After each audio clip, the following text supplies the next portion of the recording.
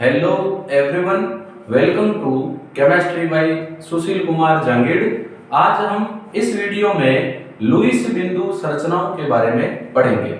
Lewis बिंदु संरचना chemistry के पॉइंट ऑफ व्यू से एक बहुत ही इम्पोर्टेंट टॉपिक है और मैक्सिमम बच्चों को अणु या आयन की लुईस बिंदु संरचना बनाने में दिक्कत आती है।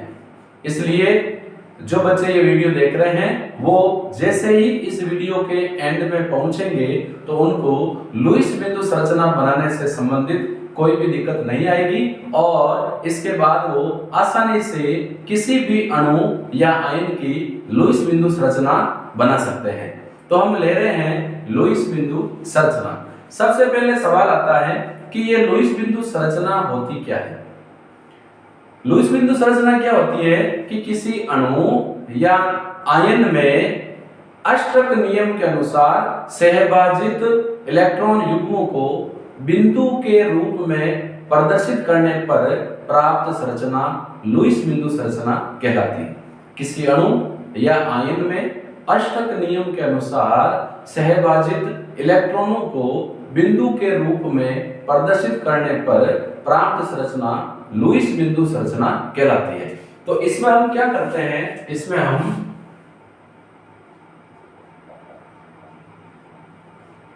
अष्टक नियम के अनुसार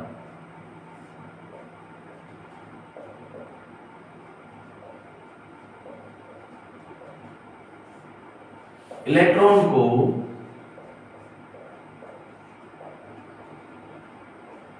बिंदु रूप में डॉट फॉर्म में प्रदर्शित करते हैं।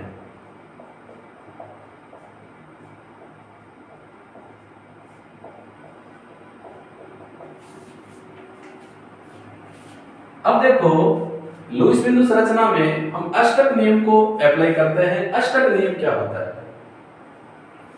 अष्टक नियम जो है, जो ऑक्टेट रूल है, इसके अनुसार हर एक परमाणु अपना अष्टक पूर्ण करना चाहता है।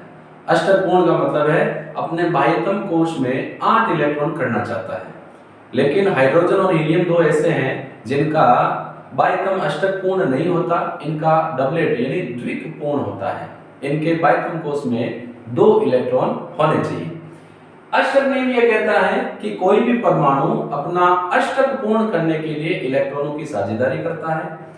अगर उसके पास इलेक्ट्रॉन 8 की जगह 7 है तो 1 इलेक्ट्रॉन की साझेदारी करता है। अगर उसके पास बाह्यतम कोश में 6 इलेक्ट्रॉन है तो वो 2 इलेक्ट्रॉनों की साझेदारी करेगा। और अगर देखो, अगर 7 है तो 1 इलेक्ट्रॉनों की साझेदारी करेगा, 6 है तो 2 इलेक्ट्रॉन की साझेदारी करेगा और 5 है तो 3 इलेक्ट्रॉनों की साझेदारी करेगा ताकि उसका अष्टक पूर्ण हो जाए। अब हम बात करते हैं कि लुईस बिंदु संरचना बनाते समय हमें किन बातों का ध्यान रखना चाहिए। तो लुईस बिंदु संरचना बनाने के लिए कुछ स्टेप हैं। पहला स्टेप यह है कि अणु या आयन में उपस्थित सभी परमाणुओं के संयोजी कोश में इलेक्ट्रॉनों की संख्या को जोड़ते हैं। यदि आयन है तो ऋणायन के लिए इलेक्ट्रॉनों की संख्या में ऋणायन को ऐड करेंगे। धनायन है तो इलेक्ट्रॉनों की संख्या में धनावेश को घटा देंगे। जैसे अगर -2 है तो 2 इलेक्ट्रॉन जोड़ देंगे, +1 है तो 1 इलेक्ट्रॉन घटा लेंगे। तो लुईस बिंदु संरचना बनाने के लिए पहला स्टेप है कि परमाणुओं के संयोजी कोश में उपस्थित इलेक्ट्रॉनों की संख्या को जोड़ना। सेकंड क्या है? सेकंड अपना है कि अगर हमें ये पता है कि उस अणु या आयन की आधारभूत संरचना क्या है तो आधारभूत संरचना के आधार पर हम तत्वों को उनके प्रतीकों के रूप में प्रदर्शित करते हैं।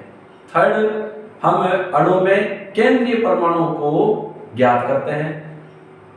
केंद्रीय परमाणु कौन होगा? इसके लिए सामान्यतः अणु या आयन में जो अधिक विद्युत ऋणी तत्व है वही केंद्रीय परमाणु होता है।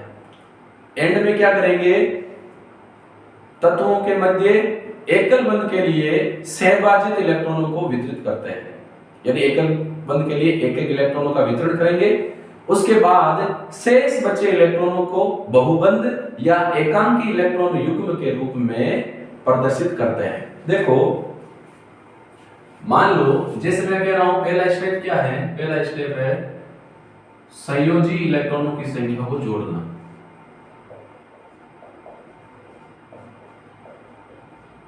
जोड़ना कह सकते हैं या ज्ञात करना कह सकते हैं।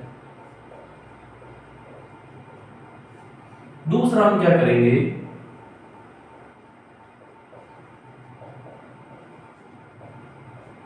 आधारभूत संरचना बनाएंगे। तीसरा हम क्या करेंगे, केंद्रीय धातु परमाणु की पहचान करेंगे। सामान्यतः केंद्रीय धातु परमाणु अधिक विद्युत ऋणी तत्व होता है। और एंड में क्या करेंगे, एकल बंध के लिए सहभाजित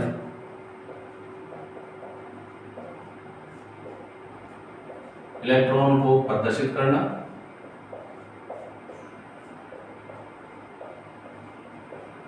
और शेष बचे, यानी एकल बॉन्ड के बाद शेष जो इलेक्ट्रॉन बचेंगे, इन इलेक्ट्रॉनों को बहुबंध यानी डबल या ट्रिपल बॉन्ड या लॉन पेयर इलेक्ट्रॉन के रूप में प्रदर्शित करना।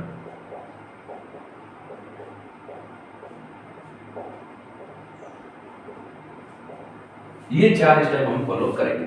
तो सबसे पहले मैं कुछ सिंपलेस्ट एग्जांपल ले रहा हूं। आप ध्यान रखेंगे कि यदि हमने एक डॉट बना दिया, एक बिंदु बना दिया, तो ये एक इलेक्ट्रॉन हो गया। और अगर हमने 2 डॉट बना दिए तो ये कितने इलेक्ट्रॉन हो गए, 2। कई बार बच्चे कहते हैं कि सर मैं तो एक बना रहा था, गलती से इसके पास एक डॉट और पेन से लग गया, गलती से लग गया, तो ये इलेक्ट्रॉन कितना हो गया, एक की जगह 2, तो गलती होगा।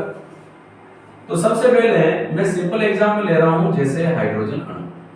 देखो नियम है, मैंने लिखे हैं, अच्छी बात है, लेकिन जब भी हम किसी अणु आयन की लुईस बिंदु संरचना बनाते हैं तो हमें एक बात ध्यान में रखनी है कि उसका अष्टक पूर्ण होना चाहिए, हर एक परमाणु का अष्टक पूर्ण होना चाहिए। सेकंड, हमें इलेक्ट्रॉनों को जब सहभाजित दिखाना है तो सामान्यतः सहसंयोजी बंध में इलेक्ट्रॉन समान संख्या में साझा करते हैं। एक परमाणु अगर एक इलेक्ट्रॉन की साझेदारी कर रहा है तो दूसरा परमाणु भी एक ही इलेक्ट्रॉन की साझेदारी करेगा।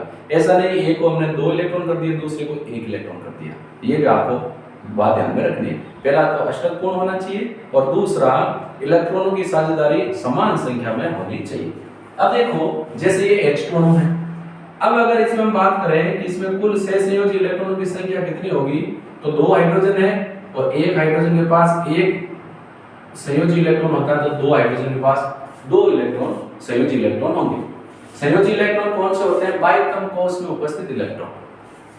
अब इसके बाद हम क्या करेंगे, यहाँ पर 2 हाइड्रोजन है, तो पहले हाइड्रोजन को इसके प्रतीक के रूप में बता दिया, दूसरे हाइड्रोजन को इसके प्रतीक के रूप में बता दिया। अब हम क्या करेंगे, देखो हाइड्रोजन के बाह्यतम कोश में 1 इलेक्ट्रॉन होता है, इसको अगर एक और मिल जाए तो इसका द्विक पूर्ण हो जाएगा, यानी इसका विन्यास हीलियम जैसा हो जाएगा। सबको पता है कि कोई तत्व या परमाणु संयोग क्यों करते हैं, क्योंकि वो अपना विन्यास उत्कृष्ट गैस जैसा करना चाहते हैं, वो स्टेबिलिटी चाहते हैं। हम पढ़ाई क्यों करते हैं, ताकि कल को हम अच्छा सक्सेस प्राप्त कर सके, ये मोटो होता है। उसी प्रकार आवर्त सारणी के जो परमाणु हैं, जो तत्व हैं, वो भी उत्कृष्ट गैस जैसी स्टेबिलिटी प्राप्त करना चाहते हैं, ताकि उनका सेटलमेंट अच्छे से हो जाए कि अब ठीक है, लाइफ सेट है। तो 2 हाइड्रोजन को हमने प्रदर्शित कर दिया, दोनों हाइड्रोजनों के बाह्यतम कोश में 1-1 इलेक्ट्रॉन है, तो एक साझेगा इलेक्ट्रॉन ये देगा तो ये हाइड्रोजन कहेगा मैं भी अपना साझेगा इलेक्ट्रॉन दूंगा। अब क्या होगा, इस हाइड्रोजन का भी द्विपूर्ण हो जाएगा और इसका भी द्विपूर्ण हो जाएगा। कैसे हो जाएगा, क्योंकि दोनों हाइड्रोजन 1-1 इलेक्ट्रॉन का साझा कर रहे हैं और साझे में दोनों परमाणुओं का बराबर हक होता है। तो यहाँ पर 2 हाइड्रोजन है और उनके मध्य क्या बन गया, एकल बंध। ऐसे ही हम बात करते हैं ऑक्सीजन अणु की।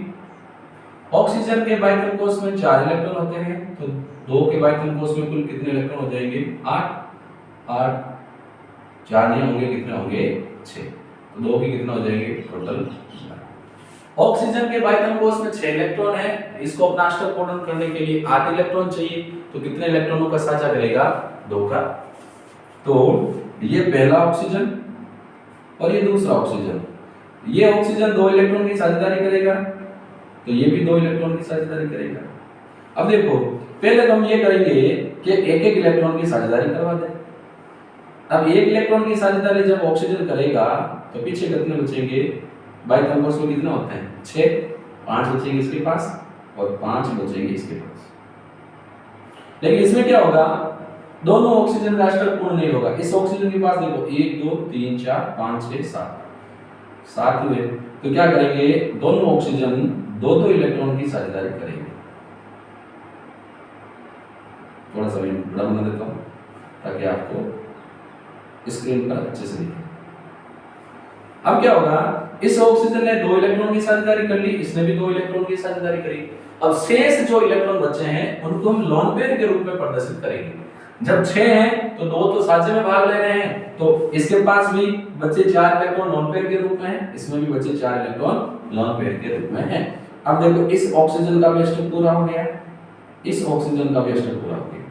तो दोनों ऑक्सीजन ने 2 इलेक्ट्रॉन की साझेदारी करी तो डबल बॉन्ड बन गया। इसके पास भी 4 इलेक्ट्रॉन हैं, इसके पास भी 4 इलेक्ट्रॉन हैं। अब देखो और एग्जांपल लेते हैं नाइट्रोजन। नाइट्रोजन के बाइथम कोष में 5 इलेक्ट्रॉन होते हैं, तो 2 के कुल संयोजी कोष में कितने इलेक्ट्रॉन हो जाएंगे 10। अब देखो 12 जो इलेक्ट्रॉन है 12 इसमें होने चाहिए, ना तो कम ना ज्यादा। 1 2 3 4 5 6 7 8 9 10 11 12। अब नाइट्रोजन के बाइथम कोष में 5 इलेक्ट्रॉन है, ये अपना अष्टक पूरा करने के लिए 3 इलेक्ट्रॉनों की साझेदारी करेगा। इतना तो हमें अंडरस्टैंड रखना ही पड़ेगा। तो ये पहला नाइट्रोजन और ये दूसरा नाइट्रोजन, ये 3 इलेक्ट्रॉन देगा, तो ये कहेगा मैं कौन सा कम है, मैं भी 3 दे देता हूं। जब 3 इलेक्ट्रॉन दे दिए तो बचे 2, एक लोन पेयर, इसी प्रकार इसके पास भी एक लोन पेयर। इस नाइट्रोजन को जब आवश्यकता होगी तो इसका 8 पूरे हो गए, इसके भी कितने हो गए पूरे 8, क्योंकि 6 साझे वाले 2 इनके खुद के। तो यहाँ नाइट्रोजन और नाइट्रोजन के बीच में ट्रिपल बॉन्ड बन गया, इसके पास भी एक लोन पेयर, इसके पास भी एक लोन पेयर। ये तो हमने बात की द्विपरमाणु अणु की। अब हम बात कर रहे हैं बहुपरमाणु अणु की। जैसे मैं कह रहा हूं H2O वाटर मॉलिक्यूल, तो पहला काम हम करेंगे संयोजी कोष में इलेक्ट्रॉनों की संख्या ज्ञात करेंगे। 2 हाइड्रोजन के 2 प्लस ऑक्सीजन के 6, टोटल कितना हो गए 8। अब सेकंड काम क्या करेंगे, इनमें केंद्रीय धातु परमाणु कौन है, ऑक्सीजन, क्योंकि हाइड्रोजन से ऑक्सीजन अधिक विद्युत ऋणी है और अधिक विद्युत ऋणी तत्व केंद्रीय परमाणु होता है। तो ये ऑक्सीजन, ये पहला हाइड्रोजन, थोड़ा ऐसे कर देते हैं क्योंकि इसकी संरचना विषय होती है, ये दूसरा हाइड्रोजन। अब देखो हाइड्रोजन एक एक इलेक्ट्रॉन की साझेदारी करेगा, तो ये इस हाइड्रोजन का तो एक ऑक्सीजन देगा, इसी प्रकार एक इलेक्ट्रॉन ये हाइड्रोजन देगा तो एक ऑक्सीजन भी इसके साथ साझेदारी करेगा। तो ऑक्सीजन दोनों हाइड्रोजन के साथ एक एक इलेक्ट्रॉन की साझेदारी कर रहा है। ऑक्सीजन के बाइथम कोष में 6 होते हैं, 2 की साझेदारी कर चुका है, तो बचे 4 इलेक्ट्रॉन 2 लोन पेयर के रूप में रहेंगे। तो इस हाइड्रोजन का डबल पूर्ण हो गया, इसका भी डबलेट पूर्ण, और इस ऑक्सीजन का क्या हो गया अष्टक पूर्ण हो गया। कुल इलेक्ट्रॉन देखो 2 2 4 2 6 2 8। संयोजी कोष में जितने इलेक्ट्रॉन है लुईस बिंदु संरचना में भी उतने ही इलेक्ट्रॉन होने चाहिए, ना तो कम और ना ही ज्यादा। तो अब यहाँ स्ट्रक्चर ये बन जाएगी कि ऑक्सीजन के साथ 2 हाइड्रोजन एकल बंध बना रहे हैं और ऑक्सीजन के पास 2 लोन पेयर इलेक्ट्रॉन है। अगला हम ले रहे हैं जैसे NH3, नाइट्रोजन के बाइथम कोष में 5, 3 हाइड्रोजन के बाइथम कोष में 3, टोटल इलेक्ट्रॉन। अब इसमें केंद्रीय धातु परमाणु केंद्रीय परमाणु कौन होगा, नाइट्रोजन, ये 3 हाइड्रोजन के साथ संयोग करेगा, पहला दूसरा तीसरा। ये हमने इसकी आधारभूत संरचना बना दी। आधारभूत संरचना का ज्ञान होना आवश्यक है। यदि आपको आधारभूत संरचना का ज्ञान नहीं है तो लुईस बिंदु संरचना बनाने में दिक्कत आएगी। तो देखो नाइट्रोजन है, नाइट्रोजन 3 इलेक्ट्रॉन की साझेदारी करेगा, लेकिन यहाँ हाइड्रोजन है तो मजबूरी है, हाइड्रोजन जब 1 इलेक्ट्रॉन देगा तो नाइट्रोजन इसको 1 इलेक्ट्रॉन देगा, ये हाइड्रोजन 1 इलेक्ट्रॉन देगा तो नाइट्रोजन भी 1 देगा, ये हाइड्रोजन 1 की साझेदारी करेगा तो नाइट्रोजन भी 1 की साझेदारी करेगा। तो नाइट्रोजन ने 3 हाइड्रोजन के साथ एक एक इलेक्ट्रॉन की साझेदारी कर ली। बाइथम कोष में नाइट्रोजन के 5 होते हैं, 3 की साझेदारी करती तो 2 असहभाजित यानी लोन पेयर इलेक्ट्रॉन के रूप में रहेंगे। अब देखो इस नाइट्रोजन के 8 पूरे हो गए, हाइड्रोजन का डबलेट पूर्ण, इस हाइड्रोजन का भी डबलेट पूर्ण और इस हाइड्रोजन का भी डबलेट पूर्ण। स्ट्रक्चर कैसी है, नाइट्रोजन है, ये 3 हाइड्रोजन के साथ एकल बॉन्ड बना रहा है और इसके पास क्या है, लोन पेयर। अगर ढंग से देखा जाए तो हमने पढ़ा भी है, ये स्ट्रक्चर ऐसी होती है पिरामिड से। अगला देखो, हमने वाटर ले लिया, NH3 ले लिया, अब हम बात करते हैं कार्बोनेट की, CO3-2 आयन। अब इसमें कार्बन के बाइटम कोष में 4 प्लस 3 ऑक्सीजन है, एक ऑक्सीजन के बाइटम कोष में 6, तो 3 के 18, 2 माइनस है तो माइनस वाले संयोजी कोष के इलेक्ट्रॉनों में जोड़े जाएंगे, तो 18 2 20 और 4 24, कुल 24 इलेक्ट्रॉन है। अब इसमें सेंटर एटम कौन हो जाएगा, इसमें कार्बन ही होगा, कार्बन पहला ऑक्सीजन, दूसरा ऑक्सीजन, तीसरा ऑक्सीजन। अब देखो, कार्बन अपना अष्टक पूर्ण करने के लिए 4 इलेक्ट्रॉनों की साझेदारी करेगा, लेकिन ऑक्सीजन 2 इलेक्ट्रॉनों की ही साझेदारी करेगा। तो कार्बन अगर इसके साथ 2 की करेगा, कार्बन अगर इसके साथ 2 की करेगा, इसके साथ 2 की करेगा, इसके साथ क्या करेगा, तो हम सबसे पहले क्या करते हैं कि कार्बन के एक इलेक्ट्रॉन की साझेदारी ऑक्सीजन के साथ करवा देते हैं, पहला काम ये करवा दो। अब ऑक्सीजन ने जब 1 इलेक्ट्रॉन की साझेदारी कर दी, तो बाइटम कोष में 5 बच जाएंगे, 6 होते हैं, एक साझेदारी होगी 5, इसके भी 1 2 3 4 5, कार्बन ने 3 की कर ली, एक इसके पास बच गया। अब देखो, कार्बन के 1 2 3 4 5 6 7 अष्टकोण नहीं, इसी प्रकार ऑक्सीजन के भी 1 2 3 4 5 6 7, ना तो कार्बन का अष्टकोण हुआ ना ऑक्सीजन का।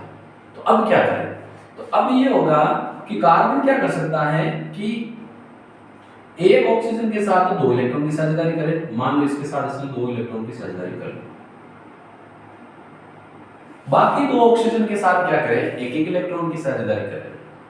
इससे ज्यादा संभव नहीं है, क्योंकि ऐसा नहीं कार्बन इसके साथ भी 2 की करे, इसके साथ भी 2 की करे, तो इसके साथ क्या करेगा, बॉन्ड बनेगा। तो कार्बन 3 ऑक्सीजन में से किसी एक के साथ 2 इलेक्ट्रॉन की साझेदारी करेगा, बाकी अन्य 2 के साथ एक इलेक्ट्रॉन की साझेदारी करेगा। अब देखो, कुल इलेक्ट्रॉन कितना हो गए, 1 2 3 4 5 6 7 8 9 10 11 12 13 14 15 16 17 18 19 20 21 22 23। मैं वापस काउंट कर लेता हूं कितने हुए, देखो 5 इसके और 5 इसके 10, 2 12 4 18 19 20, ये तो एक कट जाएगा ना, क्योंकि इसने 2 की साझेदारी कर ली, तो 4 4 8 9 10 11 12 13 14 15 16 17 18 19 20 21 22, 2 बच गए, तो एक आ जाएगा इसके पास और एक आ जाएगा इसके पास, क्योंकि इनके पास एक इलेक्ट्रॉन एक्स्ट्रा आया है, तो इस पर भी माइनस, इस पर भी माइनस। अब देखो, इस ऑक्सीजन का अष्टक पूरा 8, कार्बन का अष्टक पूरा 8, ऑक्सीजन का अष्टक पूरा 8, इस ऑक्सीजन का अष्टक पूरा 8। तो यहाँ कार्बन जो है इस ऑक्सीजन के साथ डबल बॉन्ड बना रहा है, इस ऑक्सीजन के साथ सिंगल, इसके साथ भी सिंगल, इसके पास 1 2 3 4 5 6, 1 2 3 4 5 6, इसके पास 4 इलेक्ट्रॉन, और इस पर ओवरऑल चार्ज क्या जाएगा, माइनस। ये बन गई अपने कार्बोनेट की स्ट्रक्चर। और स्ट्रक्चर की बात करते हैं, जैसे मैं बात कर रहा हूं नाइट्राइट NO2 माइनस की, तो बाइटम कोष में इलेक्ट्रॉन कितने हो गए, 5 नाइट्रोजन के, 2 ऑक्सीजन के, 6 का डबल 12 प्लस 1 माइनस वाला, 12 1 13 5, कुल कितने हो गए 18। इसमें सेंटर एटम कौन होगा, नाइट्रोजन होगा, तो इसकी अगर आधारभूत संरचना की बात करें तो नाइट्रोजन ऑक्सीजन ऑक्सीजन। अब नाइट्रोजन 1 इलेक्ट्रॉन की साझेदारी मान लो इसके साथ कर ले और 1 की साझेदारी इसके साथ कर ले, तो ऑक्सीजन के पास कितने बचे, देखो सबसे पहले हमें एक इलेक्ट्रॉन की साझेदारी करके देखनी है। तो ऑक्सीजन ने जब 6 इलेक्ट्रॉन में से 1 की साझेदारी कर ली तो बचे 5, नाइट्रोजन ने 2 कर ली तो कितने बचे 3 बच गए। अब नाइट्रोजन का अष्टक पूरा नहीं, 2 2 4 2 6 1 7, ऐसे ऑक्सीजन के भी साथ साथ है। तो अष्टक जब पूरा नहीं हो रहा है तो यहाँ बहुबंध की आवश्यकता होगी। अब नाइट्रोजन 3 से अधिक इलेक्ट्रॉनों की साझेदारी नहीं कर सकता, तो किसी एक ऑक्सीजन के साथ ये 2 की साझेदारी करेगा। मान लो इस ऑक्सीजन के साथ ये 2 की साझेदारी कर रहा है, तो 2 की यहाँ कर चुका है, इसके पास कितने बचे खुद के 2, क्योंकि नाइट्रोजन ने 2 की साझेदारी यहाँ की, 1 की यहाँ की, कितना हो गए 3 बचे 2 5। अब देखो इलेक्ट्रॉन कितने हुए 1 2 3 4 5 6 7 8 9 10 11 12 13, ये 14 15 16 17 18। अच्छा 18 हो गई क्या? 18 होने तो नहीं चाहिए। 1 2 3 4 5 6 7 8 9 10 11 12 13 14 15 16 17, यानी ये एक कम है क्योंकि इसने 2 इलेक्ट्रॉन की साझेदारी कर ली। अब क्या होगा, इस ऑक्सीजन के पास 1 2 3 4 5 6 7 ही हैं, तो इसके पास एक्स्ट्रा इलेक्ट्रॉन आएगा और इस पर चार्ज भी आएगा माइनस। तो क्या हो गया, ऑक्सीजन एक नाइट्रोजन के साथ सिंगल बॉन्ड है और दूसरा ऑक्सीजन डबल बना रहा है। इसके पास 4 इलेक्ट्रॉन बचे, इसके पास 2 इलेक्ट्रॉन बचे और इसके पास कितने बचे, कुल 6। और इस पर ओवरऑल चार्ज क्या है, माइनस। ये किसकी स्ट्रक्चर हो गई, नाइट्रेट। अब बात कर रहा हूं मैं कार्बन मोनोऑक्साइड की, इसको हम कार्बोनिल भी बोलते हैं। कार्बन के बाइथम कोश में इलेक्ट्रॉन 4, ऑक्सीजन के बाइथम कोश में 6, टोटल कितना हो गए 10। देखो हर एक लुईस बिंदु संरचना में प्रदर्शित बिंदु इलेक्ट्रॉनों की संख्या संयोजी कोश में कुल इलेक्ट्रॉनों की संख्या के बराबर होती है। यहाँ 18 है, तो देखो 1 2 3 4 5 6 7 8 9 10 11 12 13 14 15 16 17 और 18, यहाँ कितने 10। अब पहली पॉसिबिलिटी यह है कि कार्बन और ऑक्सीजन के बीच में एकल बंध बन जाए। अब एकल बंध बनेगा तो ऑक्सीजन का तो अष्टकोण होने से रहा, तो क्या होगा, सपोज करो यहाँ 2 इलेक्ट्रॉन की साझेदारी हम कर लें, 2 ये कार्बन दे और 2 दे ऑक्सीजन, तो ऑक्सीजन के पास कितने बचेंगे, 2 के हो गए तो बचेंगे 4, कार्बन के पास 2 हो गए तो कितने बचेंगे 2। तो देखो ऑक्सीजन 1 2 3 4 5 6 7 8 अष्टकोण हो रहा है, लेकिन कार्बन का अष्टकोण नहीं हो रहा है। तो इसके बीच में किसकी संभावना बनेगी, ट्रिपल बॉन्ड की। तो क्या होगा, यहां पर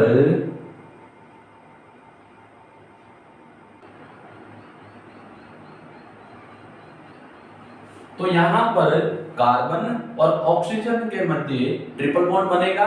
यहां पर कार्बन केवल 2 इलेक्ट्रॉन की साझेदारी करेगा, एक बंध के इलेक्ट्रॉन केवल ऑक्सीजन द्वारा ही दिए जाएंगे। तो कार्बन ने जब 2 इलेक्ट्रॉन की साझेदारी कर ली है, तो संयोजी कोश में 4 होते हैं, 2 की साझेदारी कर चुका है, तो बचे कितने 2। यहाँ पर ऑक्सीजन ने 2 इलेक्ट्रॉन की साझेदारी कार्बन के साथ कर ली और 2 इलेक्ट्रॉन केवल ऑक्सीजन दे रहा है, तो टोटल हो गई 4, तो शेष कितने बचेंगे 2। तो यहाँ पर देखो कार्बन का अष्टक कोण है 2 और 6 8, ऑक्सीजन का भी अष्टक कोण है 2 और 6 8। तो स्ट्रक्चर हो जाएगी कार्बन और ऑक्सीजन के मध्य ट्रिपल बॉन्ड, 2 इलेक्ट्रॉन ऑक्सीजन के पास, 2 इलेक्ट्रॉन कार्बन के पास। तो इस प्रकार हम विभिन्न प्रकार के अणु और आयनों की लुईस बिंदु संरचनाएं बना सकते हैं। लुईस बिंदु संरचना बनाते समय हमें इस बात का विशेष ध्यान देना है कि जो अणु है उसकी आधारभूत संरचनाएं हमें पता होनी चाहिए, यानी उस अणु या आयन में कौन सा परमाणु किस परमाणु के साथ बंध बनाएगा। इसके अलावा संयोजी कोश में जो इलेक्ट्रॉनों की संख्या है लुईस बिंदु संरचना में उतने ही इलेक्ट्रॉन होने चाहिए, ना तो इलेक्ट्रॉन कम होने चाहिए और ना ही इलेक्ट्रॉन ज्यादा। तो इस वीडियो में मैंने आपको कुछ एग्जांपल यहाँ पर कंसीडर करके लुईस बिंदु संरचना के बारे में बताया। ये वीडियो आपके लिए कितना हेल्पफुल है आप मुझे कमेंट बॉक्स में जरूर बताएं। हम फिर मिलेंगे ऐसे ही और मजेदार टॉपिक के साथ। धन्यवाद।